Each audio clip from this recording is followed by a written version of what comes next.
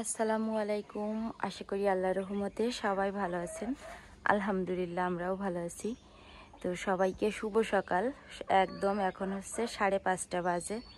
তো দেখেন এখন হচ্ছে বেলা উঠিনি, কিন্তু বেলাটা উঠবে ওই যে পেয়ারা গাছের ওখান থেকে আলো আলো হয়ে রয়েছে। ওখান থেকে আমাদের মানে এটা হচ্ছে আমাদের পূর্ব দিক, ওইখান থেকে সূর্যি মামা ওঠে সকালবেলা। তো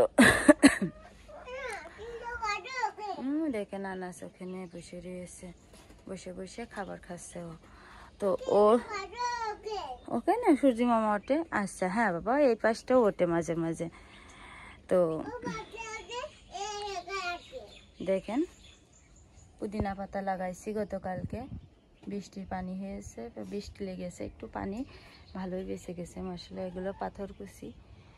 তো বাবা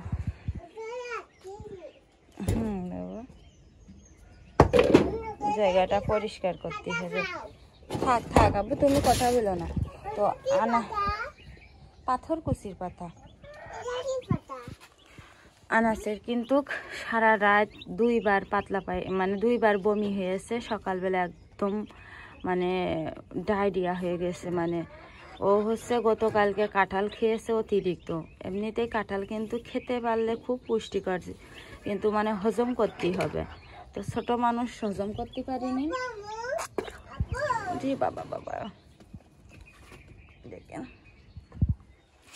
ছোট মানুষ হজম করতে পারিনি, যার কারণে বেশ সমস্যা হয়ে গেছে আর কি। দুইবার বমি হয়েছে রাতে, আবার এদিকে পেটে দেখি দেখি মনে হয় সরে সরে সরে।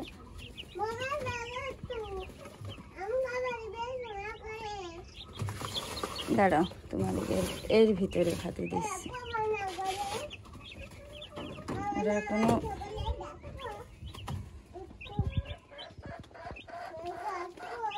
খাও।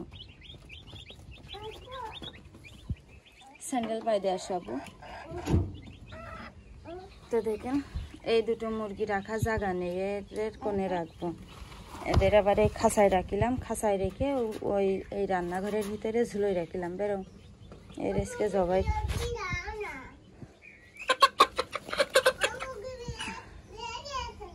এটা জবাই করতে হবে আব্বু। এটা হচ্ছে এখানে অসুস্থ হয়ে গেছে বেশি। দাঁড়াও দাঁড়াও, বেশি শরীর ভালো না এর হচ্ছে। খাবো করো না। ভাবিলাম যে এর শুক্রবারের দিনকে জবাই করে মুরগি রোস্ট বানাবো।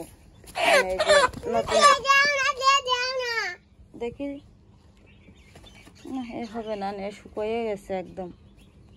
দাঁড়াও, আজকে জবাই করে রেখে দেবো, শুক্রবারের দিনকে মুরগির রোস্ট বানাবো আর পোলাও রান্না করবো।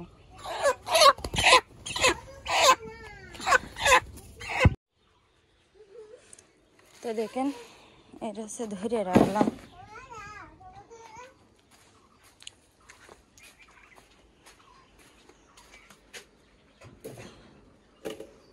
ধরে রাখলাম, এর পরে জবাই করবেন। সকালে রাফির মাদ্রাসায় পাঠাই দেবো, তারপরে নিরিবিলি থাক এখানে।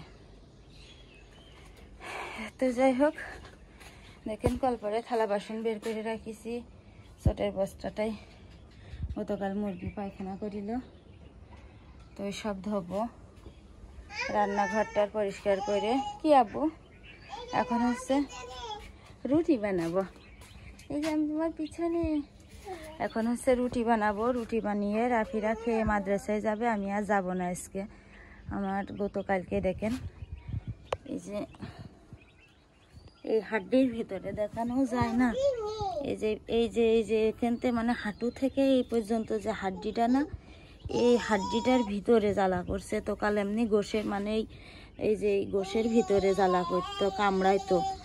আর এখনে মানে একদমই যে এই হাড্ডির ভিতরে জ্বালা করছে, এত পরিমাণে জ্বালা করেছে কালকে রাত্রিরে হাড্ডির ভিতরে, বিকাল থেকে সহ্য করার মতন না।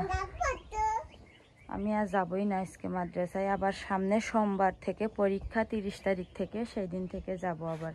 পরীক্ষা তার একটা না হয় না, 2 দিন পর পর পরীক্ষা। তো যেদিন পরীক্ষা হবে শুধু সেই দিন যাব। মাদ্রাসা গেলে তো তোমার ভালোই হয় খাওয়া দাওয়া, কিন্তু যাব না। তো দেখেন বাইরের কাজ শেষ করে ঘরে চলে আসলাম, আর এখন কিন্তু 6:30 বাজে। পড়ুক আব্বু। দেখেন ওড়নাটাই হচ্ছে আনাজ বমি করিল রাত্রি, ওড়নাটা হুল পাউডার দিয়ে ধুয়ে দিলাম। রাফির 2-3টে কাপড় ছিল, সেগুলো ধুয়ে টুয়ে একদম ঘরে চলে আসলাম। তো এখন হচ্ছে রুটি বানাবো, রান্নাঘরে যাব। হ্যাঁ, মুরগিটা ঘুমাচ্ছে। আবু আসে।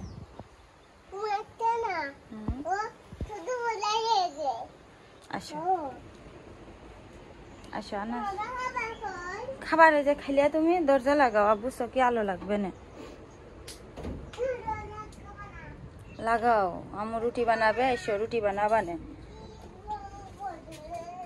আসো তুমি আর আমি রুটি বানাবো। তো দেখেন এখন হচ্ছে সকাল 7:30 বাজে। তো আমার রান্না করা হয়ে গেছে। রান্না শেষ করে আবার এই যে দেখেন কয়টা হাঁড়ি পাতিল হয়েছে। এগুলো রাফি যখন মাদ্রাসায় চলে যাবে তখন পরিষ্কার করব। তো এখন চলেন কি রান্না করলাম আপনাদেরকে দেখাই।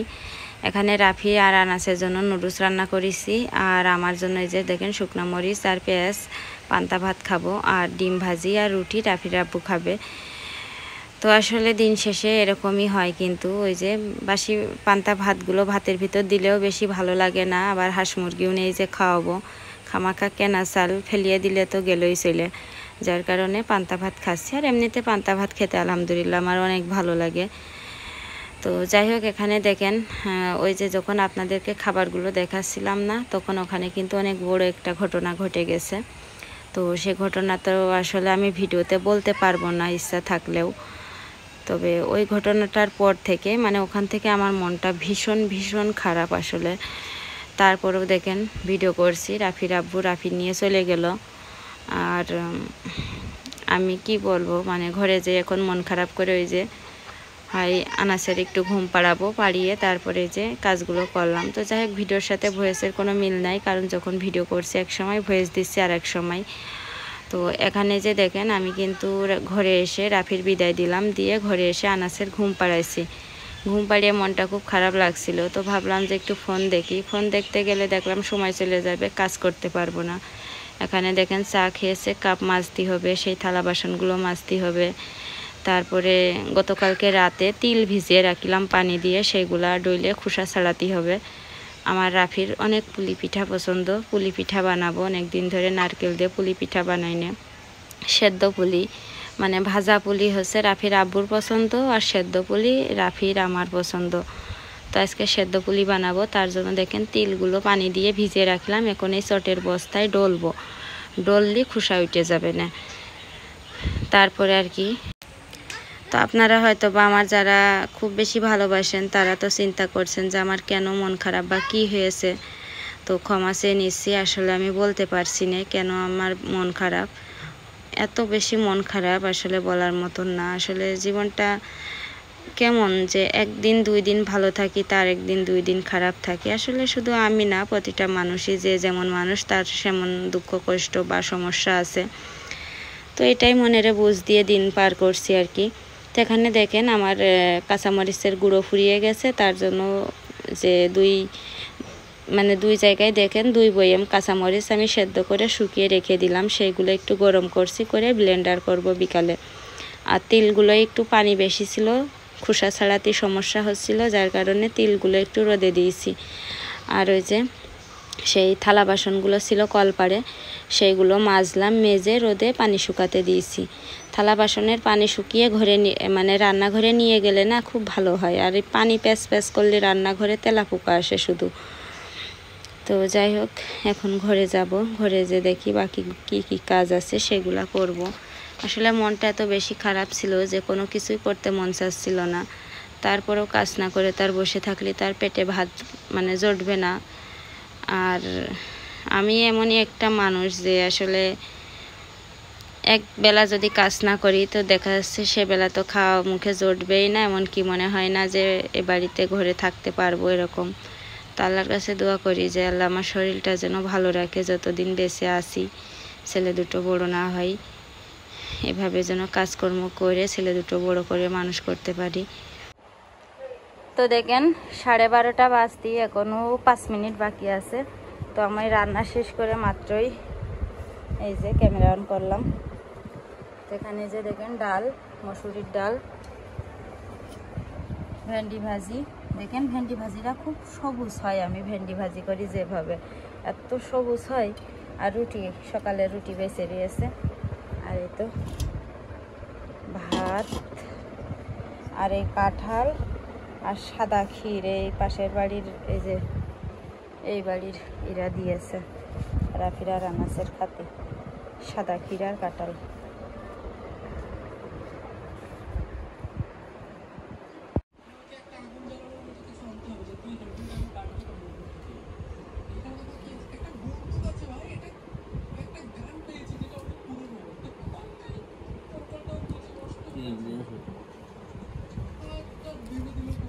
আবু পেঁয়াজ নিয়ে আসো তো, রেকের মধ্যে গোল গোল পেঁয়াজ।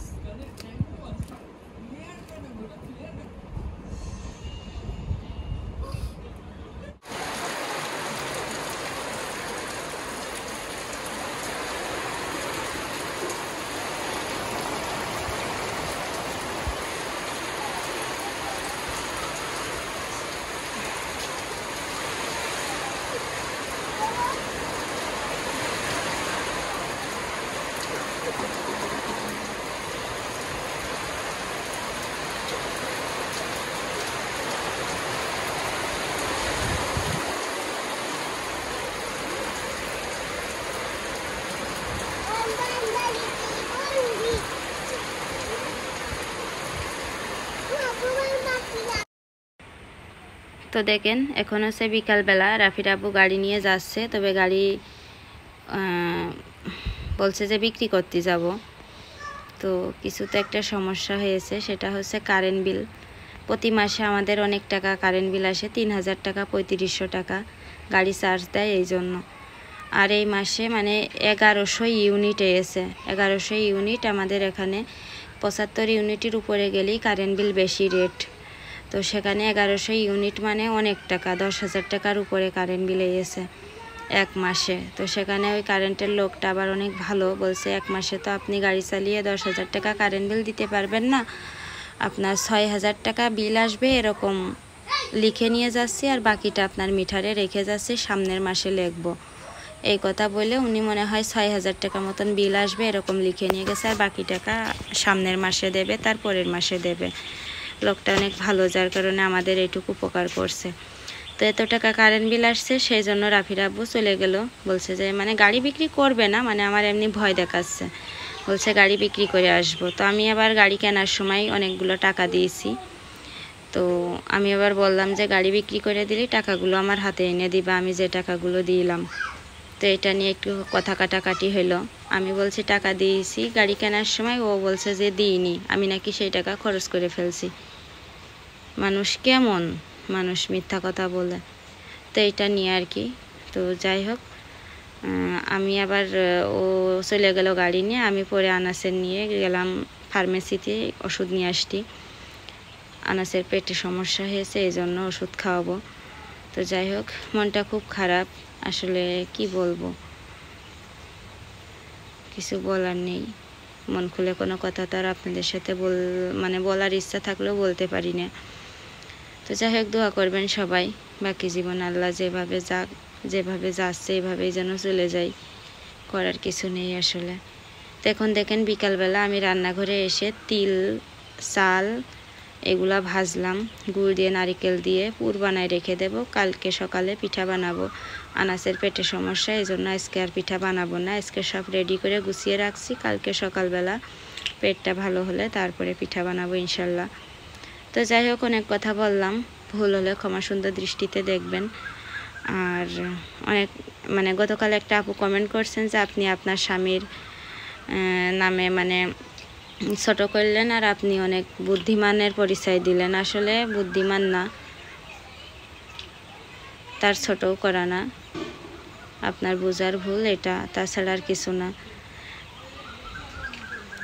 আর আমার সব কথাগুলো যদি শুনতেন বা জানতেন তাহলে আর এই কথা বলতেন না, জানেন না, এই জন্য হয়তো বা আপনার ভিডিও দেখে যতটুকু মনে হয়েছে ততটুকুই আপনি বলছেন। তো কিছু করার নেই। তো যাই হোক, আজকের ভিডিও শেষ করে দিচ্ছি এখানে। সবাই ভালো থাকবেন, আমাদের জন্য দোয়া করবেন, আর আপনাদের জন্য অনেক অনেক দোয়া রইল। আল্লাহ হাফেজ, আসসালামু আলাইকুম।